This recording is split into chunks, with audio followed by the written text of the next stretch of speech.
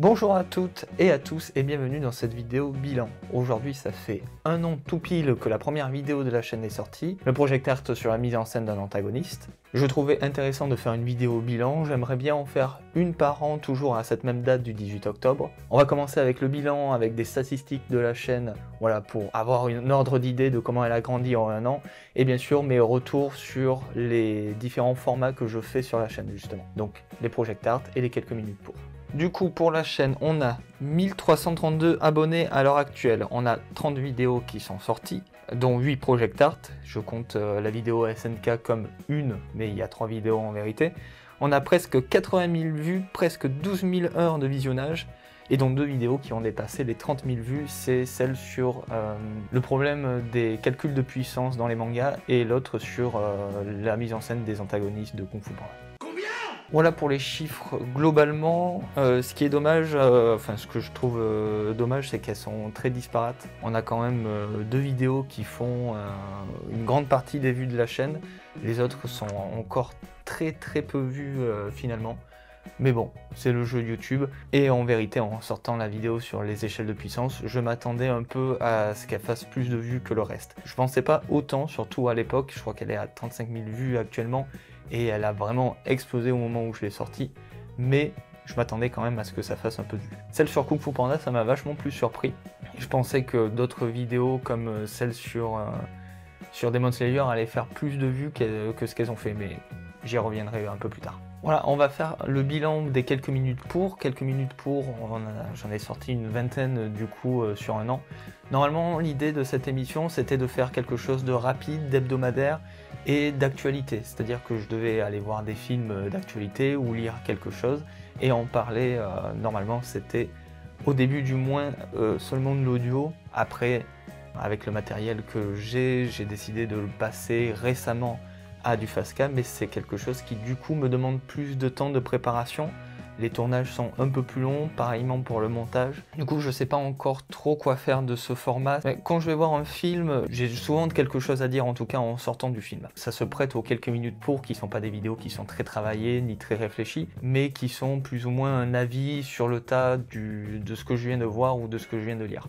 Il n'empêche que c'est quelque chose qui demande quand même, mine de rien, un peu de temps. J'ai un travail à côté et vous avez remarqué qu'il y a de longues périodes où il n'y a pas eu de quelques minutes pour, notamment parce que j'ai un travail qui me prend surtout les soirées et du coup je peux difficilement aller au cinéma. Je pourrais y aller en journée, mais en journée du coup je privilégie le travail sur les project art en général, qui sont elles des vidéos que je prends beaucoup plus de plaisir à faire. Du coup pour les quelques minutes pour, j'aimerais bien en sortir une par semaine. C'est quelque chose qui est compliqué au niveau du timing, comme j'ai dit, je peux pas toujours aller voir les films en temps et en heure et des fois bon, c'est un petit peu périmé. L'ancienne version des quelques minutes pour, ça me prenait vraiment une demi-journée, donc à peu près 4 heures de travail. Là maintenant avec cette nouvelle mouture, je pense que ça me prend au moins 6 heures à faire. J'aimerais bien le continuer parce que ça permet de faire un petit peu vivre la chaîne, ça permet de faire en sorte qu'il n'y ait pas de gros blancs entre les project art, mais voilà, je ne garantis rien. En tout cas, ce que je peux vous dire, il va y avoir des quelques minutes pour les 3 prochains dimanches. Enfin, les project art, donc c'est mon émission préférée, c'est l'émission phare de la chaîne où je décortique un élément ou plusieurs éléments, des thématiques de films ou de séries ou d'autres choses que j'apprécie finalement.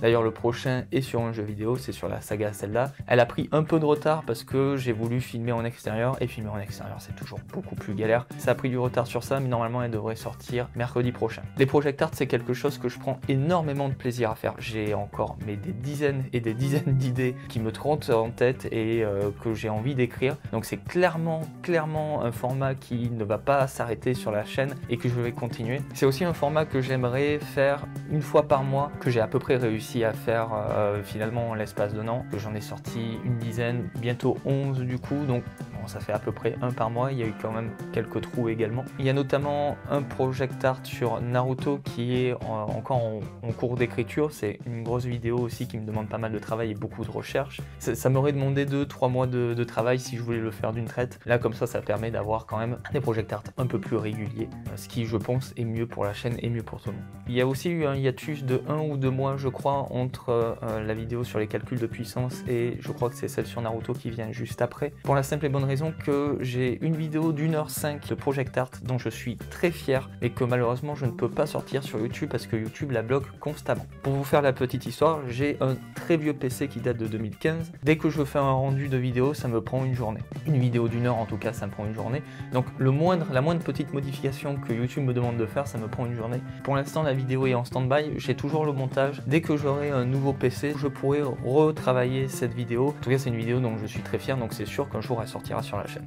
C'est des vidéos que j'aime faire, que j'aime vraiment écrire, que je prends du plaisir à monter et que je prends du plaisir à filmer et à vous montrer. Donc j'espère que ça va continuer à vous plaire. Je pense que maintenant on peut passer à la partie FAQ, qui va être une partie relativement courte. Il y a assez peu de questions, mais la plupart sont très pertinentes, donc on va passer à ça tout de suite. Alors, première question, comment fais-tu pour être aussi beau? J'ai envie de te dire, c'est naturel. J'ai un surnom qu'on me donne, que j'aime pas non plus trop dévoiler, mais on m'appelle souvent beau gosse. Et sinon, d'où est venue la passion pour le cinéma et des arts en général? J'ai pas forcément une passion pour les arts en général. Je pense qu'au contraire, malheureusement, je suis un peu dans un carcan ciné, BD et jeux vidéo. Les arts visuels me touchent plus. J'ai aussi été un grand lecteur. Malheureusement, j'ai plus trop le temps de lire actuellement. En tout cas, plus des romans comme je pouvais le faire quand j'étais au collège. Mais c'est vrai que je suis plus quelqu'un qui va apprécier un visuel. Du coup, le cinéma, c'est parfait pour ça, parce qu'il y a la composition d'image, il y a la couleur, tout ça. Les thèmes que je maîtrise, à peu près, c'est le cinéma. Et après, on a le jeu vidéo et la BD, mais bon, si je veux faire des projecteurs dessus, il faut que je me renseigne un peu plus quand même. Mais ça arrivera forcément, j'ai déjà parlé de comics sur la chaîne.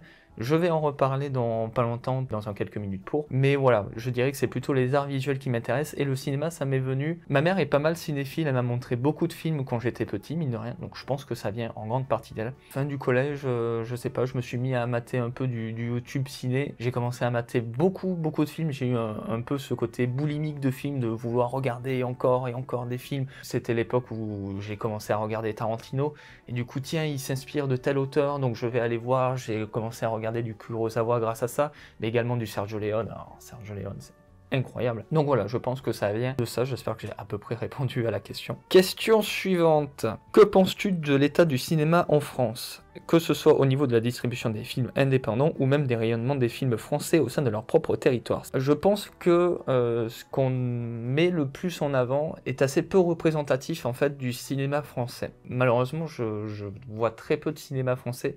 J'en ai vu mine de rien pas mal en fin d'année dernière et début d'année parce que à ce moment-là, je n'avais pas de travail. Et du coup, ça me permettait d'aller voir vraiment des films que je voulais voir. D'ailleurs, il y a beaucoup de films qui sont passés dans des quelques minutes pour. Et ça m'a permis de voir des films qui sortaient justement de l'ordinaire, de ce qu'on imagine en fait en film français, c'est-à-dire soit une comédie un peu bateau, le truc drame familial français, voilà. Ça m'a permis de sortir un peu de ça et j'ai découvert notamment le cinéma de Bertrand Mandico, qui a pas fait énormément de films, mais dont tous ces films ont une patte incroyable et des idées qui sont complètement folles et qui sortent complètement du carcan qu'on a l'habitude de voir. Donc je dirais que le cinéma français qu'on met le plus en avant, c'est effectivement pas le cinéma qui m'intéresse le plus, même si on a fait évidemment de bonnes comédies, on est très connu pour ça. Mais je dirais par contre que si on creuse ne serait-ce qu'un peu, on peut quand même trouver de très bonnes pépites en français. Notamment d'ailleurs, je pense aussi par exemple à Mars Express, c'est incroyable. De l'animation, de SF, cyberpunk française, c'est juste fou comme projet. Il y a beaucoup de questions, donc je propose de répondre très rapidement avec un montage très dynamique, donc 1, 2, 3 transitions.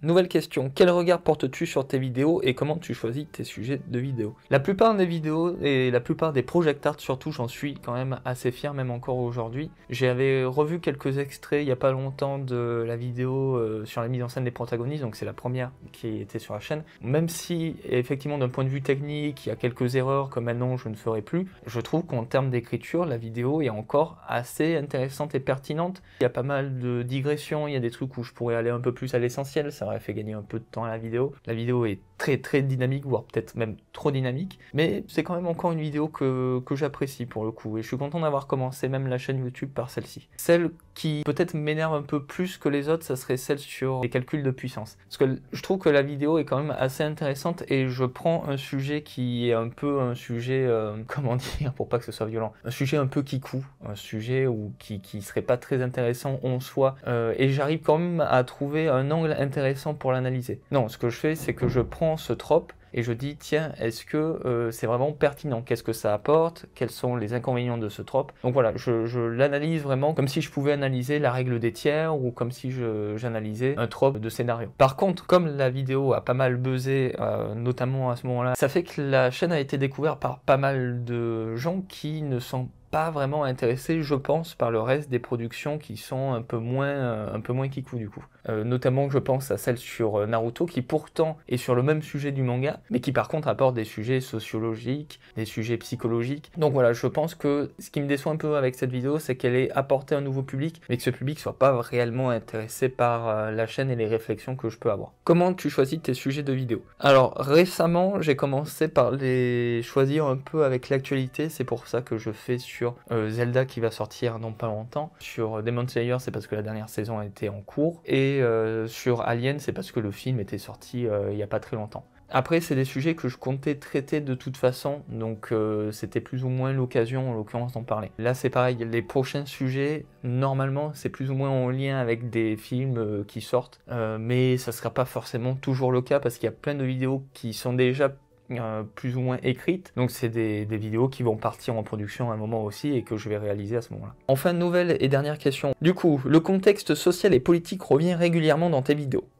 Penses-tu prendre une position politique philosophique sur ta chaîne à venir? Je pense que ça a déjà été fait. Je repense notamment à la vidéo sur SNK. Je parle de philosophie, donc j'en parle certes de manière plus ou moins factuelle, mais je pense que ça s'entend dans la vidéo que je suis matérialiste. Je pense que dans les vidéos, ça se ressent que j'ai un certain biais sociologique, politique, etc. Celle sur Naruto, par exemple, je pense que il y a une certaine critique de l'aliénation, certaines critiques qui se retrouvent aussi d'ailleurs dans la vidéo sur SNK. Donc on voit bien que ça se répète de vidéo en vidéo, donc ça se voit bien que j'ai des idées et qu'elles reviennent et qu'elles structurent un peu mon mode de pensée. Celle sur Zelda va rien arranger du tout parce que c'est sans doute la vidéo la plus politique que j'ai fait sur la chaîne. Et je dirais enfin que mes inspirations pour mes vidéos, en grande partie, c'est Bolchegeek. Et dans leurs vidéos, bon ben, tout est dans le nom, c'est aussi très politique. Envisages-tu de promouvoir d'autres projets d'art que le cinéma eu égard au nom de ta chaîne? Théâtre, spectacle de rue, musique, documentaire, sachant que tu inclus déjà littérature et du jeu vidéo. Ça recoupe un peu avec la première question, c'est que je suis pas forcément très à l'aise avec les autres formes d'art. Le problème des project art, c'est que du coup, c'est de l'essai vidéo. Donc, essai vidéo, ça veut dire ce que ça veut dire, c'est qu'il faut quand même que ce soit visuel. Il y a plein d'idées qui passent, notamment des exemples qui passent par le visuel. Et donc, à ce moment-là, pour du théâtre, c'est compliqué, à moins qu'on ce soit du théâtre filmé. Mais du théâtre filmé, c'est jamais le même ressenti que du théâtre que tu vis dans l'instant présent. En fait, pour moi, la force du théâtre, c'est que c'est un art qui est unique. Tu vas te poser et tu vas voir un spectacle qui ne sera pas le même qui sera joué le lendemain ou le surlendemain ou celui de la veille. Il y a tout ça à prendre en compte dans le théâtre. Donc. Et c'est pareil pour l'art de rue d'ailleurs. Donc je pense pas que ce soit des arts qui se prêtent vraiment à du project art. Comment imagines-tu la chaîne d'ici 2 ans? Très bonne question. D'ici 2 ans, j'ai envie de dire on verra. Bon, déjà, j'espère que j'aurai sorti plus, que j'aurai sorti plein de project art entre temps. En tout cas, il y a largement de quoi faire et largement de quoi tenir pendant 2 ans avec toutes les idées que j'ai. Pour l'instant, j'ai un travail qui n'est pas très demandeur en temps, donc ça me laisse quand même le temps de travailler sur les vidéos. J'espère que c'est quelque chose qui va pouvoir continuer pour l'instant. Je sais pas trop si j'ai envie de vivre de YouTube honnêtement. Ça permettrait effectivement de sortir largement plus de vidéos, qu'elles soient plus qualitatives, etc.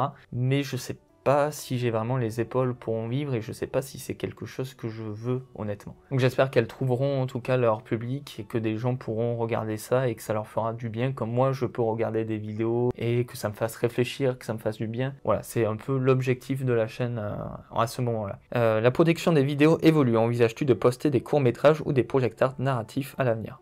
Pour les project art narratifs, j'ai beaucoup d'amis qui me le disent. Le problème c'est que pour moi c'est des vidéos essais, les vidéos essais, ça se prête assez peu à ce qui est de la narration, comme il peut y avoir dans un JDG par exemple. Ouais, je trouve que ça s'allie assez mal en fait à l'idée du project art, qui est vraiment une vidéo où on réfléchit sur un sujet, c'est de l'essai vidéo, donc je trouverais pas ça forcément pertinent. Par contre, de la fiction, c'est toujours quelque chose qui m'intéresse. Moi, ce que j'aimerais faire, c'est réalisateur et scénariste, donc forcément c'est quelque chose qui m'intéresse. J'ai déjà des courts-métrages qui sont écrits. Le problème, c'est bien sûr de trouver le matériel nécessaire, les acteurs pour filmer et le temps pour faire tout ça, parce que ça reste des projets qui sont assez conséquents. J'allierai pas court-métrage et project art, en tout cas, sauf si j'ai vraiment une très bonne idée et que ça sert à la narration et ce que je veux dire, par exemple. C'est pour ça que dans le prochain sur Zelda, on filme dans la nature, parce que c'est quelque chose qui s'y prête. Mais il n'y a pas d'histoire qui est racontée avec, c'est juste, ça permet de bouger un peu, de dynamiser la vidéo. Mais voilà, c'est quelque chose qui du coup demanderait plus de moyens, plus de temps, et déjà les project art sont assez longs à produire. Pour l'instant, en tout cas, c'est pas quelque chose que je ferai.